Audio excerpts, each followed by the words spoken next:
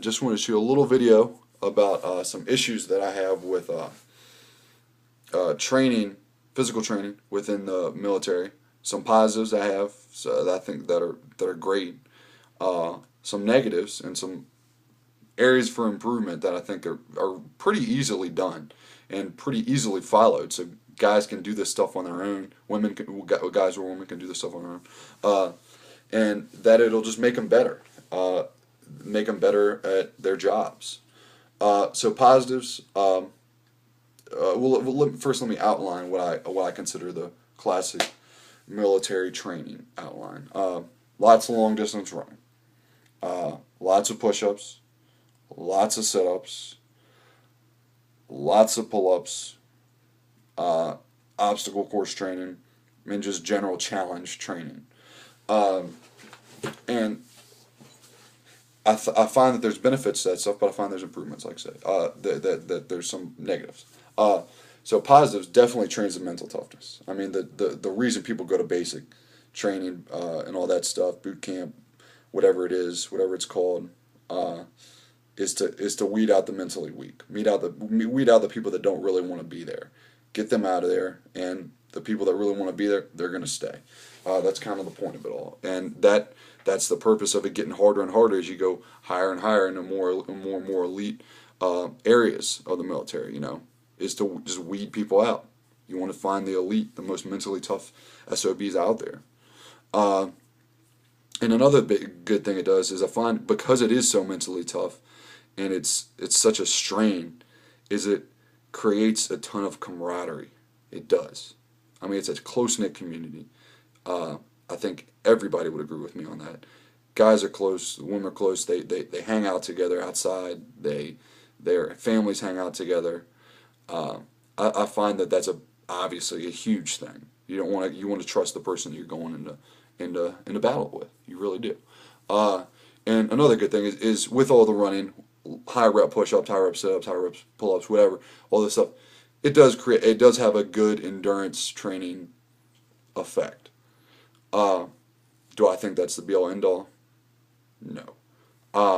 So negatives, I find there doesn't seem to be any type of fatigue management system. And a good training system is going to have a little bit of fatigue management built in. So you're not beat up all the time. You're able to recover from workouts and then let your body adapt and then go forward. So I think that having that is crucial for any training plan. Having your fatigue managed, because if you're just tired all the time, that's just not working. If you're constantly tired, you're doing something a little bit off. Your body shouldn't be responding that negatively. Being a little bit sore after a workout, you're going to want that. If you're not sore at all, you're probably not working very hard. But being extremely sore, like, oh my God, my hamstrings are so tight, I can't walk anymore. You did something wrong. Okay, you weren't honest with yourself. You didn't train to what your level was, and just try to build on that. Okay. Also, not having an organized strength system. I know a lot of guys train for strength outside of it, but it doesn't seem like when they're actually doing anything organized with the military that they're doing anything organized in terms of strength. Like we're talking, barbells, kettlebells, whatever, body weight, just getting stronger with like pure, like progressing from, like, instead of doing 80 push-ups, maybe doing some one-arm push-ups, what have you. Instead of doing 80 squats, trying to do some lunges, Bulgarian split squats, pistol squats. Doing that stuff, you can just progressively getting the body stronger over time. Doesn't seem to be a big flexibility component, but I find that maybe that's just because most of any of the military people that I've worked out don't seem to be kind of tight and stuff. But I don't know if that's either lack of flexibility stuff, or if that's because I've never been in the military, but this is me looking at it. If it's a lack of flexibility stuff, or just I find doing a lot of long distance running and stuff, people get tight hammies, tight calves, tight hips. It seems to make people tight. And also having a speed component. I'm not saying long distance running. I'm saying speed, doing it fast. Like I'm saying sprints, short distance sprints, some moderate distance sprints, or some type of metabolic effect. Something like that, having that stuff built in as well, because it doesn't really seem like that seems to be an organized part of it. Actually having some built-in, okay, we're going to do 40-yard sprints. Because 40-yard sprints, they don't really make you that tired, but they help you practice your speed, practice running fast instead of going out and running, jogging, jogging. So potential improvements and ways that I think they can hold on to the basic heart of it all, the basic positives, but get rid of some of the negatives. The biggest thing is having an organized strength plan, top to bottom, military personnel using a basic strength plan, something that they can just follow along and know when they go in, all right, I'm doing this, this, this. It's going to manage my fatigue and it's going to make me better. Something, I mean, just a basic one I've used with a lot of people over the years is starting strength. It's boring as hell, squatting 3 days a week, benching or overhead pressing 3 days a week, doing some deadlifting, some back extensions, or some glute ham raises, and some type of pull-up or row variation, doing that stuff. Is it the most innovative thing ever? No.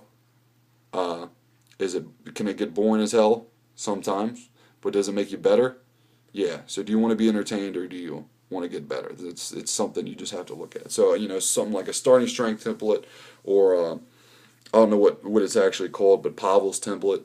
I think Strong First is either the certification or maybe it's Simple and Sinister, but I'm not sure. But basically kettlebell work, but kettlebell work with a goal of getting stronger.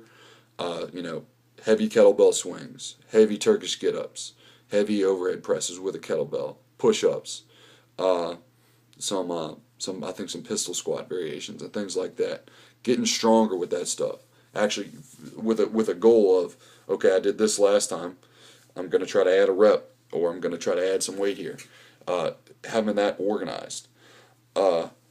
And just basic systems like that to help improve strength. Because strength is just a general adaptation that improves everything. You improve strength, you have a neural adaptation that allows you to recruit more muscle mass. Recruit more muscle mass means you can use more muscle mass, and that's going to allow you to move your body faster. So you'll be able to sprint faster, you'll be able to move faster. You'll be able to recruit more muscle to do quick things like a vertical leap. You can do explosive. It'll help you do things more explosively. Your vertical leap, takedowns. Actually grappling with somebody, takedowns, things like that. Be able to hit harder, run faster, all that stuff.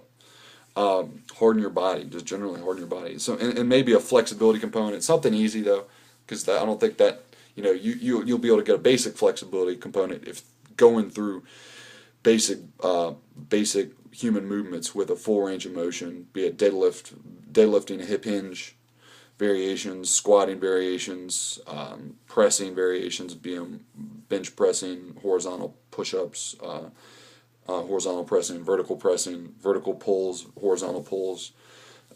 That'll increase flexibility. It will. But maybe having something else in there, maybe some type of yoga built in or something like that once every 2 weeks or something like that, just to keep people from being tight as hell.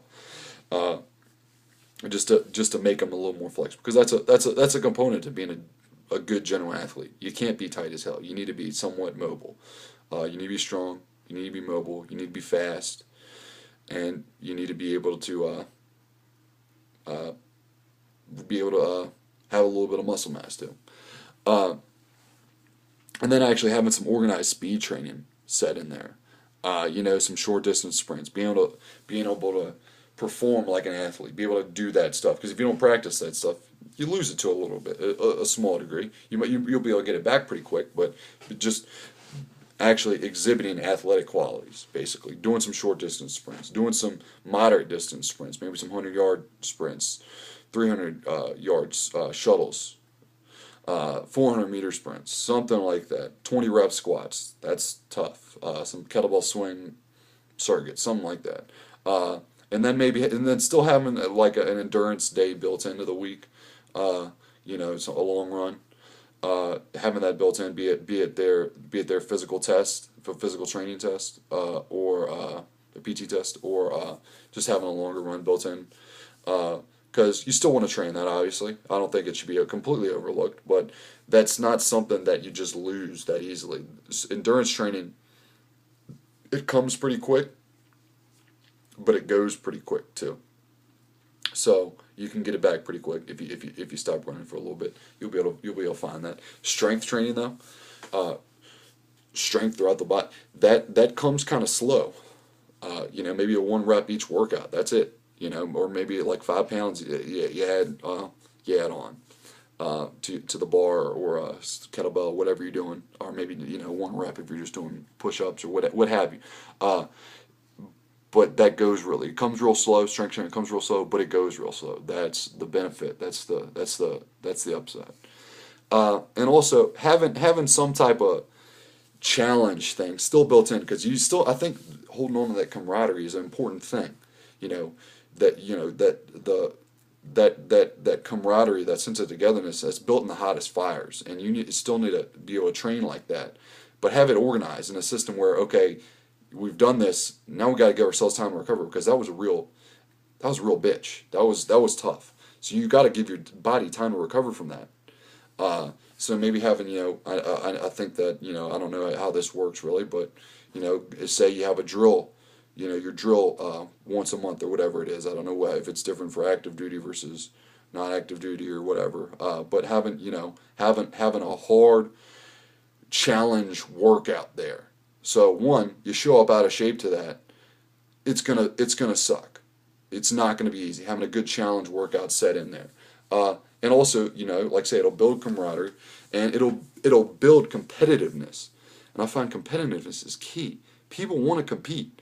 You might think you're not a competitive person. You see somebody next to you doing it, you're gonna want to do that. Like hell, you're not. You're gonna want to look like a chump next to them. Competitiveness is huge. Uh, so just having that built in, but also doing it intelligently, not just going, oh, every time I come in, I'm just going to go do this kick-ass workout, because it'll take a while to recover from that. So having that built in like once a month, but having it set up your next week. Oh, this will be a little bit easier this next week, and then we're building, building, building, building, building. Here's our challenge workout again. So, and it kind of gives you something to say. All right, we did this challenge workout. This time I'm better. So when you've improved, kind of. And I think that doing those things, it wouldn't be that hard to implement. It kind of have to be a lot of training for people, that would work with the physical training of regiments, and working with the hands-on people. So I think it'd be a lot of like training for them, to be able to coach, in lifts or anything like that, and how to explain in a direct manner why this is going to help them make them better. Uh, so I think that could all those 4 things are something that's just kind of easy to change, and it'll just make people stronger. It'll make people faster. It'll make people more flexible. All important things for being just an overall general better athlete. All right, thanks for watching. If you watch the whole thing.